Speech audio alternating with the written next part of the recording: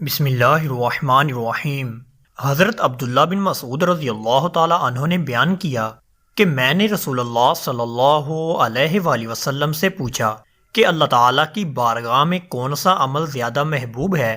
آپ صلی اللہ علیہ وآلہ وسلم نے فرمایا کہ اپنے وقت پر نماز پڑھنا۔ پھر پوچھا، اس کے بعد آپ صلی اللہ علیہ وآلہ وسلم نے فرمایا والدین کے ساتھ نیک معاملہ کرنا۔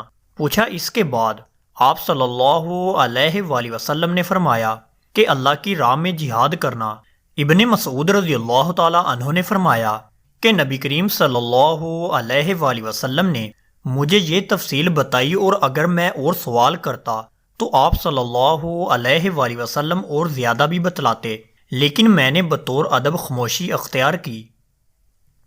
حضرت ابو ہریرہ رضی اللہ تعالی عنہ سے روایت ہے کہ رسول اللہ صلی اللہ علیہ وآلہ وسلم فرماتے تھے کہ اگر کسی شخص کے دروازے پر نہر جاری ہو اور وہ روزانہ اس میں 5 دفعہ نہائے تو تمہارا کیا گمان ہے؟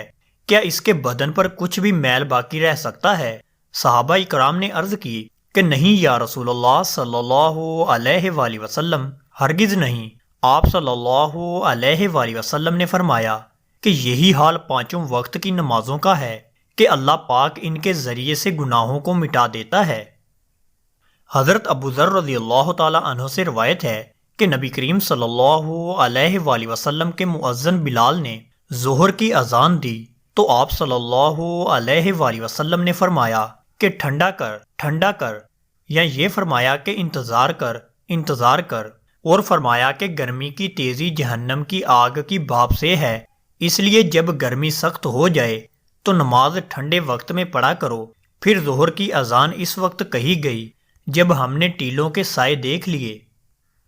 حضور نبی اکرم صلی اللہ علیہ وآلہ وسلم نے فرمایا تم گناہ کرتے رہتے ہو، اور جب صبح کی نماز پڑھتے ہو تو وہ انہیں دھو دیتی ہے، پھر گناہ کرتے ہو، اور جب نماز ظہر پڑھتے ہو تو وہ انہیں دھو دیتی ہے، پھر گناہ کرتے ہو، اور جب نماز عصر پڑھتے ہو تو وہ انہیں دھو دیتی ہے، پھر گناہ کرتے رہتے ہو، اور جب نماز مغرب پڑھتے ہو تو وہ انہیں دھو دیتی ہے، پھر گناہ کرتے رہتے ہو، جب نماز عشاء پڑھتے ہو تو وہ انہیں دھو ڈالتی ہے، پھر تم سو جاتے ہو، اور بیدار ہونے تک تمہارا کوئی گناہ نہیں لکھا جاتا۔